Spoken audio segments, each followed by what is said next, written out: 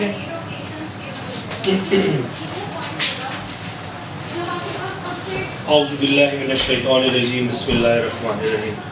Dear students, अस्सलामु अलैकुम वरहमतुल्लाहि वबरकातुहू। ईद उल फितर की तातीलात के बाद इनकम टैक्स का लेक्चर नंबर 5, क्योंकि तातीलात से पहले हमने लेक्चर 4 तक डिस्कस किया था। आज जो है लेक्चर नंबर 5 है।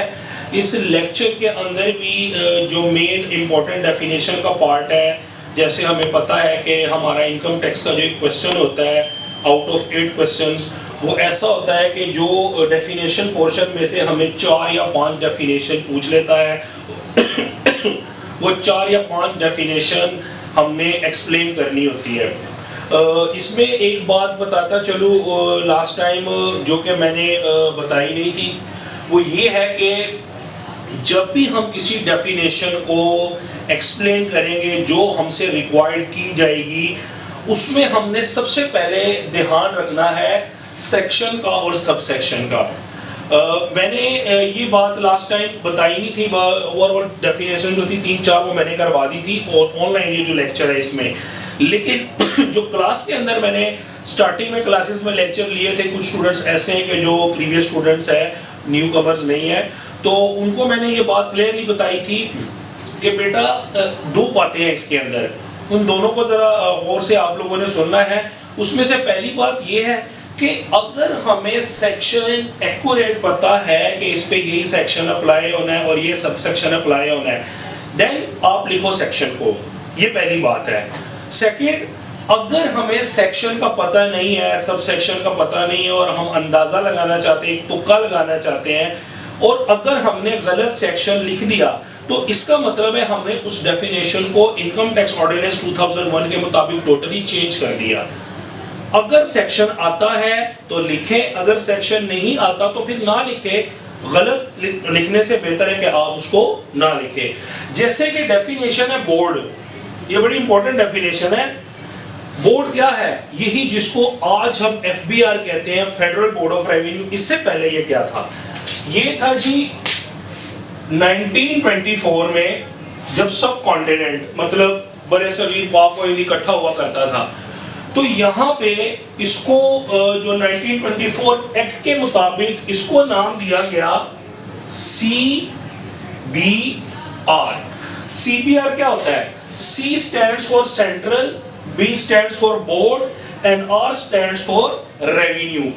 यानी कि 1924 के एक्ट के मुताबिक ये सेंट्रल बोर्ड ऑफ रेवेन्यू ही रहा, और ये कब तक रहा? 30 जून 2006 तक। यानी 30 जून 2006, 30 जून 2006 तक जो CBR एक्ट 1924 के मुताबिक था, 2006 तक इसको CBR ही कहा जाता रहा, यानी सेंट्रल बोर्ड ऑफ रेवेन्यू कहा जाता रहा। लेकिन जब फाइनेंस एक्ट 2007 आया, फाइनेंस एक्ट 2007 ये आया जी 2007 में, और ये कब अप्लाई हुआ? जुलाई 2007 से। जुलाई 2007 के बाद फिर यही जिसको हम पहले CBR कहा करते थे, फिर फाइनेंस एक्ट में इसको क्या नाम दिया गया? FBR, जिसे आज भी वही चल रहा है, फेडरल बोर्ड ऑफ रेवेन्यू। पिछले साल ये खबर सुनने में आ रही थी कि जी इसको जो है ना 2020 में PBR का नाम दिया जाएगा, यानी पाकिस्तान बोर्ड ऑफ रेवेन्यू। लेकिन अभी तक कोई ऐसा इन्होंने इंप्लीमेंट नहीं किया है और ना ही इसके ऊपर कोई इन्होंने अभी तक एक्शन वगैरह लिया है। अभी भी ये फेडरल बोर्ड ऑफ रेवेन्यू ही चल रहा है, FBR federal board of revenue. आपको जैसे मैंने बताया था कि जो टैक्स ईयर होता है वो 1 डे ऑफ जुलाई से स्टार्ट होता है और 30 जून को जाके एंड होता है। तो 30 जून 2006 पे टैक्स ईयर 2006 जो था वो क्लोज हो गया। फिर जब नेक्स्ट टैक्स ईयर 2007 के स्टार्ट में ये CBR से कन्वर्ट हो गया FBR में। ये पहली डेफिनेशन थी बेटा। इसके बाद जो कि इंपॉर्टेंट डेफिनेशन है वो है कैपिटल एसेट। अब कैपिटल एसेट के ऊपर सेक्शन 2 एंड सबसेक्शन 11। ये जो स्मॉल ब्रैकेट्स के अंदर आपको नजर आ रहा है ये सब सेक्शन होता है। अगर हम इसको मिसाल के तौर पर इन वर्ड्स बोलते हैं तो ये पढ़ा जाएगा सेक्शन 2 सबसेक्शन 11 पढ़ा जाएगा। कैपिटल एसेट क्या होता है? कोई भी मूवेबल या इमूवेबल एसेट, ठीक है, उस मूवेबल या इमूवेबल एसेट का अगर बिजनेस से कोई ताल्लुक है भी या बिजनेस से कोई ताल्लुक नहीं भी है, उसको हम क्या कहेंगे? कैपिटल एसेट कहेंगे। लेकिन इसके अंदर कुछ 4 कैटेगरीज हैं जो आपकी बुक में भी मेंशन है कि अगर इन 4 कैटेगरीज के अलावा कोई भी टेंजिबल, मूवेबल, इमूवेबल, ठीक है, एसेट या इनटेंजिबल एसेट, वो क्या कहलाएगा? कैपिटल एसेट कहलाएगा। अगर ये 4 कैटेगरीज नहीं होंगी, 4 कैटेगरीज में से मैं आपको एक एग्जांपल देता हूं। आपके बुक के रेलेवेंट पहली कैटेगरी ये है कि किसी कंज्यूमेबल स्टोर्स के ऊपर, कंज्यूमेबल स्टोर्स क्या है? जहां पे एंड कंज्यूमर्स बैठा जाता है, परचेस करता है, अपनी जरूरत की चीजें परचेस करता है। लाइक आप किसी मेडिसिन की दुकान पे जाते हैं, मेडिकल स्टोर पे जाते हैं। अब एक मेडिकल स्टोर पे आपको रैक नजर आ रहे होते हैं कि वो सारे रैक टोटली फिल्ड होते हैं मेडिसिन से, जिसमें वेरियस कैटेगरीज की, वेरियस टाइप्स की, ठीक है, मेडिसिन अवेलेबल होती है। अब अगर बात की जाए उस स्टोर के हवाले से, वो सारी मेडिसिन, वो जितना भी उसके अंदर माल है, वो सारा क्या है? वो कंज्यूमेबल, ठीक है, में आएगा, वो कैपिटल एसेट्स में नहीं आएगा, ठीक है, वो कैपिटल एसेट नहीं कहलाएगा, बल्कि वो क्या कहलाएगा उसका, क्योंकि वो उसने डेली बेसिस के ऊपर या 1 मंथ में या आफ्टर 1 मंथ क्या कर देना, उसने सेल हो जाना। असल में कैपिटल एसेट की अगर तारीफ की जाए तो कैपिटल एसेट वो एसेट होता है जो फर्दर प्रोडक्शन के लिए यूज किया जाता है। फर्दर प्रोडक्शन का मतलब जिससे मजीद आप रेवेन्यू जनरेट कर सकते हैं। वो एसेट अपनी जगह पे ही होता है, लेकिन वो एसेट आपको फर्दर प्रोडक्शन भी देता है। प्रोडक्शन के अलावा फिर आप उससे रेवेन्यू भी जनरेट कर सकते हैं। आपकी बुक के मुताबिक है। फिर सेकंड एग्जांपल का, उसी का एक्सप्लेनेशन का सेकंड पार्ट है कि एक पर्सन शेयर्स परचेज करता है। शेयर्स, जैसे किसी कंपनी के एक पर्सन ने शेयर परचेज किए, लेकिन उस पर्सन का पर्पस अपने पर्सनल यूज के लिए नहीं है, ना अपने पर्सनल, ठीक है, प्रॉफिट वगैरह अर्न करना उसने शेयर के ऊपर, बल्कि वो क्या करता है कि वो शेयर परचेज करता है। थोड़े अरसे बाद जब उसे रीजनेबल प्रॉफिट नजर आता है, गेन नजर आता है, वो शेयर्स क्या कर देता है? मार्केट में सेल कर देता है। लाइक मैंने शेयर्स परचेज किए, मेरे पास शेयर्स वो मौजूद है, मुझे अगर प्रॉफिट नजर आता है, मैं वो शेयर्स क्या कर दूंगा? सेल कर दूंगा। अब ये जो मेरे पास शेयर्स पड़े हैं, ये शेयर्स क्या होंगे? ये कैपिटल एसेट ट्रीट होंगे, ठीक है। लेकिन ये भी तो अब आपके ज़हन में बात आ रही होगी कि सर ने कहा कि जी जिससे फर्दर प्रोडक्शन हो सकती है। अब यहाँ पे शेयर्स जो है, इससे further production in terms of monetary form, ठीक है, कि इससे मजीद रेवेन्यू जनरेट हो सकता है। कैसे? अगर मेरे पास शेयर्स है 5,000 रुपए के और मुझे प्रॉफिट नजर आ रहा है, वो शेयर्स में 5,500 में सेल कर रहा हूं, तो उस शेयर्स के बदले में 5,000 तो मुझे आएगा ही आएगा, ऊपर वाला 500 प्रॉफिट भी आ रहा है। इसी तरह अगर स्टोर की बात की जाए, जैसे अभी मैंने आपको एग्जांपल दिया है कि कंज्यूमेबल स्टोर्स, ठीक है, एक मेडिसिन स्टोर में भी, उसमें भी जो मेडिसिन बिकती है वो अगर 5,000 की मेडिसिन है, अगर वो 5500 में बिक रही है तो मेडिसिन वो 5,000 की है, ऊपर वाला 500 उसमें प्रॉफिट है। लेकिन एफबीआर के इनकम टैक्स ऑर्डिनेंस 2001 के मुताबिक वो मेडिसिन जो है, ये जो मेडिकल स्टोर के अंदर स्टॉक पड़ा हुआ है, वो स्टॉक जो है, जिसे असल में स्टॉक कहते हैं, वो स्टॉक इन ट्रेड कहलाएगा और वो कैपिटल का एसेट का पार्ट बिल्कुल भी नहीं होगा। लेकिन अगर कोई पर्सन शेयर्स परचेज करता है और उसका मकसद है कि उसने इन शेयर्स को आगे क्या करना है? प्रॉफिट के ऊपर सेल करना है, गेन करना है, ठीक है, गेन हासिल करना है, तो ये क्या कहलाएगा? Capital asset. इसके अलावा एक स्पेयर पार्ट की दुकान है जहां पे स्पेयर पार्ट आता है। स्पेयर पार्ट मसलन वो सेल होता है, वो स्पेयर पार्ट जो सेल होगा वो भी स्टॉक इन ट्रेड का हिस्सा है और वो भी कैपिटल एसेट की डेफिनेशन में नहीं आएगा, बल्कि वो क्या आएगा? कंज्यूमेबल गुड्स में आएगा। और सेकेंडली जो इसका सेकंड पार्ट है वो है any property with respect to which the person is entitled to a depreciation or deduction or amortization। जी, दो तरह की बातें हैं इसके अंदर, एक है amortization और एक है depreciation। कोई भी ऐसा एसेट, ठीक है, कोई भी ऐसी प्रॉपर्टी जिस पे डेप्रिसिएशन चार्ज होती है, या कोई भी ऐसा इनटेंजिबल एसेट जिसके ऊपर अमोर्टाइजेशन चार्ज होती है। लाइक आप लोगों को पता है कि जो डेप्रिसिएशन है वो टेंजिबल एसेट के ऊपर होती है, जिसको फिजिकली हम टच कर सकते हैं, जो फिजिकल एग्जिस्टेंस रखता है, लाइक मशीनरी, प्लांट, ठीक है, ये टेंजिबल एसेट में आते हैं। इनटेंजिबल एसेट जो फिजिकल एग्जिस्टेंस नहीं रखता, लाइक पैटेंट, ट्रेडमार्क, कॉपीराइट्स, ये इनटेंजिबल एसेट्स होते हैं।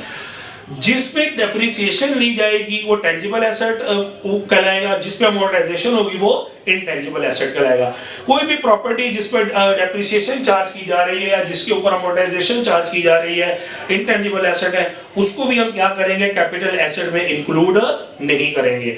फिर आपकी बुक में एक्सप्लेनेशन में एक एग्जांपल दी गई होगी कि एक पर्सन जो है वो एक कार यूज करता है बिजनेस पर्पस के लिए। ये कार बिजनेस पर्पस के लिए यूज हो रही है, लेकिन ये कार उस पर्सन का जो है कैपिटल एसेट कतई तौर पे नहीं कहलाएगा। इसके अलावा सी पार्ट में है any movable property including wearing apparel, jewellery और फर्नीचर। अगर कोई शख्स कोई कीमती जौहरात, कोई ज्वेलरी वगैरह, जेवरात वगैरह, या उसके पास कोई कीमती मोती या नग वगैरह है, या उसके पास कोई फर्नीचर वगैरह जो वो पर्सनल यूज के लिए इस्तेमाल कर रहा है, ये भी उसका कैपिटल एसेट नहीं कहलाएगा। ठीक है। उसके बाद नेक्स्ट डेफिनेशन जो है ये है जी चैरिटेबल पर्पस। चैरिटेबल पर्पसेस आप जो न्यूमेरिकल्स करते हैं इनकम टैक्स के क्वेश्चंस में, वहां पे भी इसका ट्रीटमेंट आता है। इसके ऊपर सेक्शन अप्लाई होता है 2 सब सेक्शन 11A है। चैरिटेबल पर्पस में खैराती मकसद के लिए अगर आप कोई एक्सपेंडिचर करते हैं, लाइक कोई पेमेंट करते हैं, कोई डोनेशंस वगैरह करते हैं, in the form of medical, in the form of education, ठीक है, या उसके अलावा आप किसी वेलफेयर पर्पस के लिए, लोगों की फलाह व बहबूद के लिए, या आपका मकसद कि आवाम को फायदा पहुंचाना है, इसके लिए कोई भी एक्सपेंडिचर अगर किया जाता है वो चैरिटेबल पर्पस के लिए कहलाएगा। इसमें कुछ तरह की टैक्स रिडक्शंस होती है, टैक्स डिडक्शन जिसे कहा जाता है, टैक्स रिलीफ मिलती है। अगर कोई टैक्स पेयर इस तरह का चैरिटेबल पर्पस के लिए कोई एक्सपेंडिचर करता है तो इन फ्यूचर वो अपने उस एक्सपेंडिचर के ऊपर क्या कर सकता है, उसी सेम टैक्स ईयर में क्या कर सकता है, उसके ऊपर वो टैक्स रिलीफ हासिल कर सकता है। इस चैरिटेबल पर्पस के लिए जो एक्सपेंडिचर कोई टैक्स पेयर करेगा उसको सर्टेन टैक्स रिलीफ मिलेगी, जिसे टैक्स रिडक्शन कहते हैं। इन शॉर्ट ये कह लें कि जी टैक्स में छूट मिलेगी। टैक्स में छूट का मतलब, अगर वो चैरिटेबल पर्पस में 3 कैटेगरीज आती हैं। अगर एक्सपेंडिचर मेडिकल पर्पस के लिए किया गया है, एक्सपेंडिचर एजुकेशन पर्पस के लिए किया गया है, या एक्सपेंडिचर जो डोनेशन की है उसका मकसद किसी पर्टिकुलर शख्स को जो है वो फायदा पहुंचाना है, या किसी वेलफेयर ऑर्गेनाइजेशन को दी गई है वो अमाउंट, तो जो भी एक्सपेंडिचर किसी भी शेप में किया गया है, अगर वो चैरिटेबल पर्पस में कंसिडर होता है तो उस टैक्स पेयर को टैक्स रिलीफ हासिल होगी। उसके बाद बेटा आता है जी कंपनी। कंपनी के ऊपर section 2 sub section 12 and section 80, यानी section 2 sub section 12 and section 80, ये दोनों सेक्शन इसके ऊपर अप्लाई होते हैं। कंपनी के बारे में हम बखूबी आगाह भी है, जानते भी हैं, हमें पता है कि कंपनी क्या है।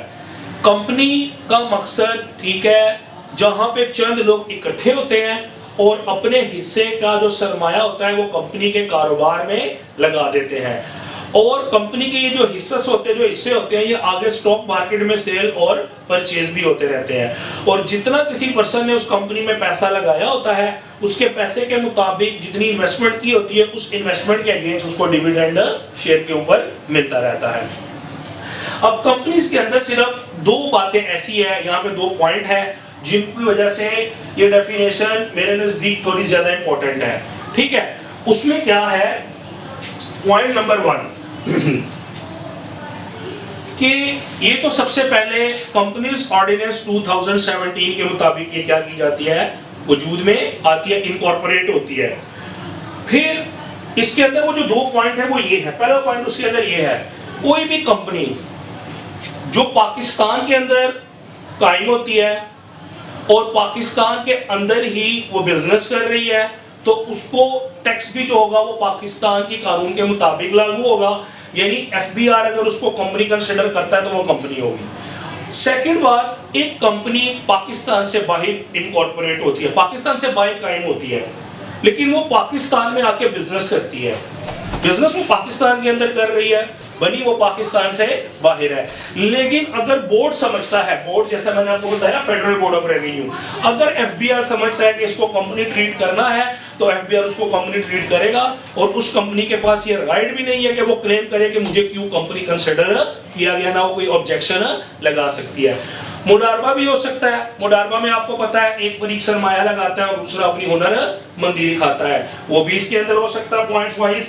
उसके बाद कोई नॉन प्रॉफिट ऑर्गेनाइजेशन भी हो सकती है, फाइनेंस सोसाइटी भी हो सकती है, स्मॉल कंपनी भी हो सकती है, कोई गवर्नमेंट अगर डिपार्टमेंट है जैसे फाइनेंस डिपार्टमेंट है, कोऑपरेटिव सोसाइटी है, इनको भी क्या किया जा सकता है, कंपनी कंसिडर किया जा सकता है।